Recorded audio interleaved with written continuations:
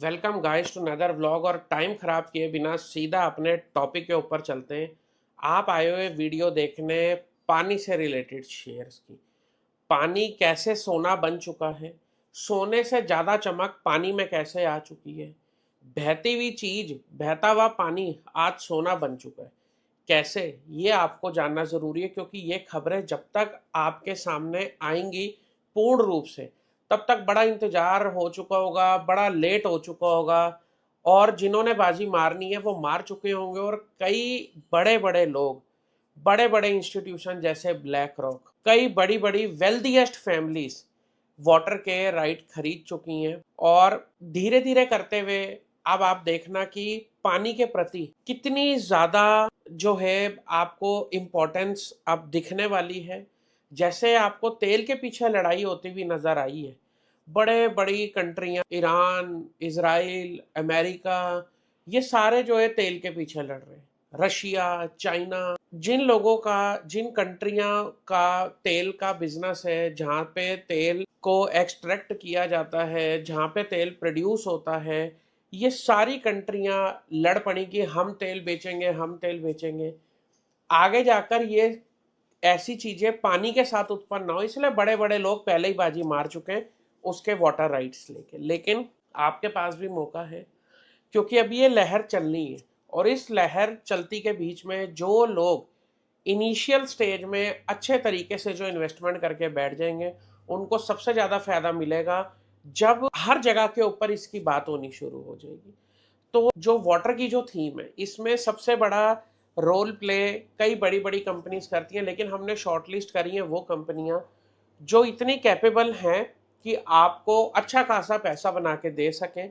और जिस समय के ऊपर आप पैसा लगा रहे हो, ये वो समय जहाँ पर, मतलब अब आप ये समझो बिल्कुल ये एज ऑफ अ नाइफ पर खड़ा हुआ है सेक्टर। जहाँ पर इसमें एक तिल्ली लगी तो आप उस प्राइस पर कभी भी दोबारा इन चीज़ों को नहीं पकड़ पाओगे। पर एक चीज़ मैं ज़रूर बता दूं कि अंधाधुंध तरीके से, यानी कि सारा पोर्टफोलियो बेच के आप इसी में पैसा लगा दो, डाइवर्सिफिकेशन बहुत ज़्यादा ज़रूरी है। और जो लोग ये सोचते हैं कि एक ही शेयर को फेवरेट बना के या एक ही सेक्टर को फेवरेट बना के पैसा कमा ले जाए, वो पैसा नहीं बना पाते हैं, क्योंकि वो एक जगह पर डिपेंडेंट हो जाते हैं। तो अब सीधा कंपनी के बारे में बात करते हैं। कंपनी का नाम मैं आपको बताऊंगा, उससे पहले आपको कुछ इंपॉर्टेंट चीज़ें जान लेनी ज़रूरी हैं। वाटर की थीम के अंदर जो सबसे इम्पोर्टेंट चीज़ रोल प्ले करती है वो होती है ईपीसी कंपनी। ईपीसी क्या होता है? इंजीनियरिंग, पी से प्रिक्योरमेंट और सी से कंस्ट्रक्शन। तो ये एक बेसिक फंडा है। जैसे बड़े बड़े सीवेज ट्रीटमेंट प्लांट बनाने, अब उनके लिए ये ईपीसी कंपनी को कांटेक्ट किया जाता है। जिस कंपनी की आज हम बात करने वाले हैं वो ईपीसी तक ही सीमित नहीं है। उनका वाटर वाली थीम में ही डाइवर्सिफाइड बिजनेस है, जो कि बहुत ज़्यादा ज़रूरी है। और किस तरीके से डाइवर्सिफिकेशन उन्होंने अपनी बिजनेस की हुई है वो आपको मैं बताता हूँ। पहला आ जाता है इंजीनियरिंग का पार्ट। वाटर, वेस्ट वाटर जैसे हो गया, 40 से 50% जो है इनका पोर्टफोलियो इसी इंजीनियरिंग पार्ट के इर्द गिर्द डिपेंडेंट है। जिसमें इंडस्ट्रियल वाटर ट्रीटमेंट प्लांट हो गए, म्युनिसिपल सीवेज ट्रीटमेंट प्लांट हो गए, इंडस्ट्रियल वाटर ट्रीटमेंट प्लांट हो गए, या फिर म्युनिसिपल सीवेज ट्रीटमेंट प्लांट हो गए, एसटीपी। इस तरीके से कई इंजीनियरिंग के महारत जिसे कहा जा सकता है, इन्होंने हासिल करी हुई है। और भी इंजीनियरिंग का पार्ट है, जैसे कि इफ्लुएंट ट्रीटमेंट प्लांट, ईटीपी, या फिर जीरो लिक्विड डिस्चार्ज सिस्टम। तो जेडएलडी, कितनी सारी ऐसी इंजीनियरिंग की महारत इस कंपनी के पास है जो आपको रेगुलर अपनी लाइफ में नजर आने वाली नहीं है, क्योंकि ये टर्म्स जो हैं ये आपने शायद ही कहीं पर सुनी हो।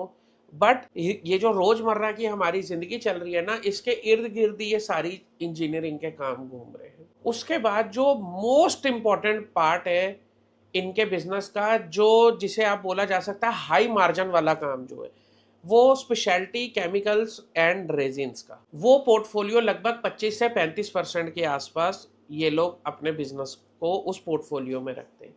जिसमें इयॉन एक्सचेंज रेजिन्स हो गए, या फिर बॉयलर वाटर ट्रीटमेंट केमिकल्स हो गए, कूलिंग वाटर केमिकल्स हो गए, मेम्ब्रेन्स होगी, प्रोसेस्ड केमिकल हो गया बड़ी बड़ी इंडस्ट्री के लिए, पावर सेक्टर के लिए, सेमीकंडक्टर सेक्टर के लिए, अब तीसरा जो सबसे इंटरेस्टिंग पोर्टफोलियो है इनका, वो है कंज्यूमर प्रोडक्ट्स का, जैसे कि आरओ, वाटर सॉफ्टनर्स, जो हार्ड वाटर आता है उसको सॉफ्ट करने के लिए जो प्रोडक्ट्स हैं उसका भी ये कंपनी काम करती है। फिल्टर्स हो गए और कार्ट्रेज रिप्लेसमेंट्स, ये सारी चीज़ों का काम ये कंपनी करती है।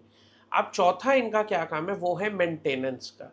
एएमसी, एनुअल मेंटेनेंस जिसको हम लोग बोलते हैं, उसका भी इनका बहुत बढ़िया बिजनेस है, जिसमें प्लांट बनाने से भी और उसको मेंटेन करने तक का भी ये कंपनी काम करती है। अब मोटा मोटा देखा जाए तो वाटर वाली थीम के अंदर बिल्कुल एक्स्ट्रा ऑर्डिनरी एक अलग कंपनी है, जो चार अलग अलग अपने बिजनेस को डाइवर्सिफाई करके चल रही है, और जो कि बहुत बढ़िया चीज़ है। क्योंकि खाली सीवेज प्लांट के ट्रीटमेंट को अगर आप सोचो कि उसी के ऊपर एंटायरली बिजनेस डिपेंडेंट है, तो वो एक ही पार्ट हो गया। कल को वो चीज़ अगर डिले होती है, क्योंकि ये सारे के सारे आप समझ लो गवर्नमेंट कॉन्ट्रैक्ट्स होते हैं, उसमें कोई डिले आता है, कोई भी उसमें अड़चन आती है, तो वो डायरेक्ट कंपनी की बुक्स पे असर पड़ता है। अब अगर इस कंपनी की बात आप देखोगे तो जो बिजनेस इनका स्पेशलिटी केमिकल्स और रेजिन का है, वो इंडस्ट्रियल यूज का भी है।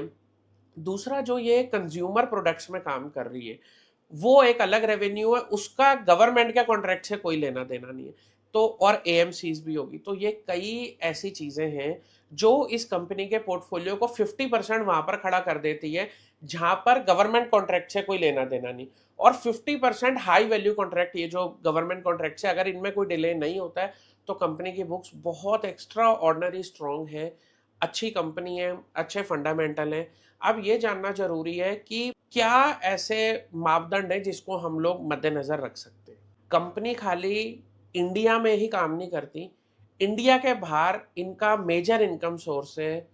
एशियन कंट्रीज देख लो, मिडल ईस्ट, अफ्रीका, यहाँ से एक इनकी इनकम का बहुत बड़ा चंक आता है। और जैसे कि आपको बताया मैंने, इंडस्ट्रीज, पावर सेक्टर होगी, सेमीकंडक्टर इंडस्ट्रीज होगी, फूड एंड बेवरेजेस इंडस्ट्रीज होगी, तो बहुत ही डाइवर्सिफाइड पोर्टफोलियो का हिस्सा है ये कंपनी। अब आपको ये जानना जरूरी है कि जो वाटर ट्रीटमेंट प्लांट होते हैं, जब अभी हमने बात करी ईपीसी की, तो इससे क्या आपको समझना चाहिए। इंजीनियरिंग, प्रिक्योरमेंट और कंस्ट्रक्शन तो आप समझ गए। इसको अगर हम लोग तोड़ के बताएं तो इंजीनियरिंग का क्या काम होता है इंजीनियरिंग में, वो आपको जानना ज़रूरी है। प्लांट को डिज़ाइन करना, टेक्नोलॉजी सिलेक्ट करनी, ड्राइंग्स और टेक्निकल स्पेसिफिकेशंस पे काम करना, ये इंजीनियरिंग का पार्ट होता है। प्रिक्योरमेंट का पार्ट क्या होता है, पंप बाय करने, फिल्टर बाय करने, मेम्ब्रेन्स बाय करनी, वॉल्व बाय करनी, पाइप्स बाय करने, ये सारा प्रिक्योरमेंट का काम है, ये कंपनी खुद से करेगी। अब आ जाती है कंस्ट्रक्शन का पार्ट, पूरे प्लांट को बिल्ड करना, इंस्टॉल करना, उसके बाद टेस्ट करके उस अथॉरिटी को हैंड ओवर कर देना जिनके लिए इन्होंने प्लांट को डेवलप की है। ये काम होता है, इसको हम लोग बोला जाता है ईपीसी कंपनी। 31 मार्च 2026 तक जो इस कंपनी की ऑर्डर बुक थी, वो थी लगभग 2643 करोड़ रुपए की। लेकिन सबसे इंपॉर्टेंट चीज, जो इनकी बिड पाइपलाइन है, जिन प्रोजेक्ट्स के लिए इन्होंने बिड किया हुआ है, उस प्रोजेक्ट पाइपलाइन में 9,509 करोड़ रुपए के प्रोजेक्ट्स हैं, जो कि एक मैसिव ले जाएगा ऑर्डर बुक को। और ये जो ऑर्डर बुक है, इसमें से एक्सक्लूड हैं दो प्रोजेक्ट, जो कि एक UP state water and sanitation mission का है, और एक श्रीलंका का ऑर्डर, जिसको सेपरेटली ट्रैक किया जा रहा है। अगले 1 से 2 साल के लिए 2643 करोड़ की जो ऑर्डर बुक है, वो रेवेन्यू में आपको जरूर नजर आएगी। वो सारी एक, जैसे कहा जाता है ना, विजिबिलिटी है। बट जो 9,509 करोड़ है, इसमें से कितने प्रोजेक्ट मिलते हैं, और वो गेम चेंजर साबित हो सकते हैं अगले 1-2 साल के लिए भी। मार्केट कैप कंपनी की लगभग 6,000 करोड़ के आसपास का है। हाई लो की बात करोगे तो लो है 312 का और हाई है 581 का। बुक वैल्यू कंपनी की 91.3 है, अच्छी बुक वैल्यू है। डिविडेंड यील्ड 0.38% की है। Face value ₹1। प्रमोटर की होल्डिंग 25.5% के आसपास की है। शेयर का नाम इयन एक्सचेंज, ये है शेयर का नाम। एक बात मैं आपको बता दूं भाई, रिसर्च आप अपनी पूरी करो, कोई दिक्कत परेशानी की बात नहीं। आपको वीकेंड का दिन मिला है, एंजॉय करो, जो मर्जी करो, लेकिन एक ही साथ उठाकर शेयर बाय करने भूल के भी मत चले जाना कि भाई एक शेयर हमें पसंद है, सारा पैसा इसमें लगा दो। मतलब ही नहीं कि एक शेयर हमारा फेवरेट हो गया, एक ही सेक्टर फेवरेट हो गया, बिल्कुल भी नहीं। आने वाले समय के अंदर बहुत ऐसे शेयर्स आपको ज़रूर मिलेंगे आने वाले समय में। लेकिन आपको एक इम्पॉर्टेंट चीज़ जान लेनी बहुत ज़्यादा ज़रूरी है, पैसा कितना लगाना है और किस हिसाब से इसको लगाना है, कैसे उसमें चीज़ें डेवलप होनी है। भाई ये आपको 100% नज़र आ जाएगा जो हमारी रिसर्च लिस्ट है, क्योंकि हमारी रिसर्च लिस्ट जो है, जो बादशाह ब्रोकिंग के डैशबोर्ड पे अवेलेबल है, उसमें प्रॉपर हम लोग ये बता देते हैं कि एक गाइडेंस देते हैं कि अगर आपका 100% का पोर्टफोलियो, तो कितने परसेंट आपको टोटल पोर्टफोलियो का लगाना चाहिए एक पर्टिकुलर स्टॉक के अंदर, और कौन से स्टॉक में कितने परसेंट होने चाहिए वो वहाँ पर बताया गया होता है। जितनी जानकारी रिसर्च लिस्ट में, उतनी जानकारी आपको कहीं भी नहीं मिलेगी, क्योंकि भाई वो सालों साल की मेहनत है, जिसमें 6 सेक्टर और 61 शेयर हैं। EV, solar, AI, defence, travel, tourism और ऑटो एंसिलरीज के। ये जो शेयर है ये बोनस है, यकीन मानना। बहुत अच्छी कंपनी है, बहुत अच्छे फंडामेंटल हैं। लॉन्ग टर्म की ग्रोथ के लिए अगले 5 से 10 साल के लिए ज़रूर इसमें विजन रखना। बहुत अच्छे से आप रिसर्च करो, कोई दिक्कत वाली बात नहीं है। और दूसरे स्टॉक की वीडियो भी आपको जल्दी नज़र आएगी, बट मैं स्टिल आपको बोलूँगा, अगर आपके पास एक अच्छा पोर्टफोलियो है और या नहीं भी है, आपके पास रिसर्च लिस्ट ज़रूर होनी चाहिए, क्योंकि जो बैलेंस आपको उसमें मिलेगा वो आपको और कहीं नहीं मिलने वाला। सेकंड इम्पॉर्टेंट चीज़, जिन लोगों के पास ऑलरेडी पोर्टफोलियो बना हुआ है और उनके पास हमारी रिसर्च लिस्ट भी है, आप अपने पोर्टफोलियो में ये समझना चाहते हो कि कब आपको स्टॉक को एवरेज करना है, कब आपको उसकी प्रॉफिट बुकिंग करनी है, कैसे अपने पोर्टफोलियो को लंबे समय तक संभाल के चलना है बिना किसी टेंशन के। क्योंकि आप बिजनेस कर रहे होगे या जॉब कर रहे होगे, दोनों में आपके लिए पॉसिबल नहीं है पर उठा के मोबाइल को ट्रैक करना, क्योंकि वो आपका कोर बिजनेस नहीं है। आपका कोर बिजनेस वो है जो आप सुबह काम पर जाते हो। लेकिन शेयर बाजार हमारा कोर बिजनेस है, हमारा प्राइम बिजनेस है, और ये काम को हमें कैसे करना है हमें बहुत अच्छे से पता है। कहाँ आपको एवरेज करनी है, कहाँ प्रॉफिट बुकिंग करनी है, वो फर्स्ट डे आपको पता होगा, द मोमेंट आपने वो शेयर बाय किया लंबे समय के लिए, तो उसी दिन आपके सामने पिक्चर क्लियर होगी कि आपको कहाँ पर एवरेज करना है, कहाँ पर प्रॉफिट बुकिंग करनी है। तो सही मौका है, उस मौके को बिल्कुल भी खराब मत करना। ये जो नीचे कस्टमर केयर का नंबर है, इस पर कॉल करके अगर आपके पास पोर्टफोलियो और रिसर्च लिस्ट है बढ़िया तरीके से, तो भाई ज़रूर हमारे साथ मीटिंग फिक्स कर लो और कोशिश करो पोर्टफोलियो को 10 साल तक कम से कम रखने की।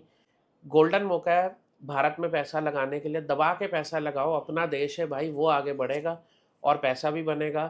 प्लस जो अभी मैंने आपको पोर्टफोलियो वाली बात बोली है, उसको ज़रूर मद्देनज़र रखना। आज छुट्टी है संडे, पर आप ज़रूर कस्टमर केयर पे बात करना।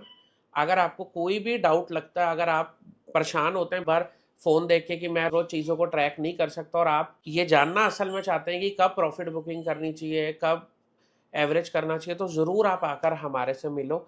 आपका लाखों रुपए का पोर्टफोलियो होगा, आप इंडिया में कहीं पर भी रहते होगे, तो आप हमारे से मिलने ज़रूर आ सकते हो। और उतना टाइम आपको लगाना भी चाहिए है। अगर आपने 25 लाख, 50 लाख, 1 करोड़, 10 करोड़, 50 करोड़, 100 करोड़ अनलिमिटेड पैसा शेयर बाजार में लगाया हुआ है, तो भाई आपको उसको संभालने के लिए भी, उस पर्टिकुलर चीज़ को देख रेख के लिए भी ज़रूर आपको हमारे से बात करनी चाहिए है। जुड़ो, पैसा कमाओ। जल्दी मिलेंगे नेक्स्ट स्टॉक मार्केट के व्लॉग में। जय हिंद, जय भारत, जय श्री राम।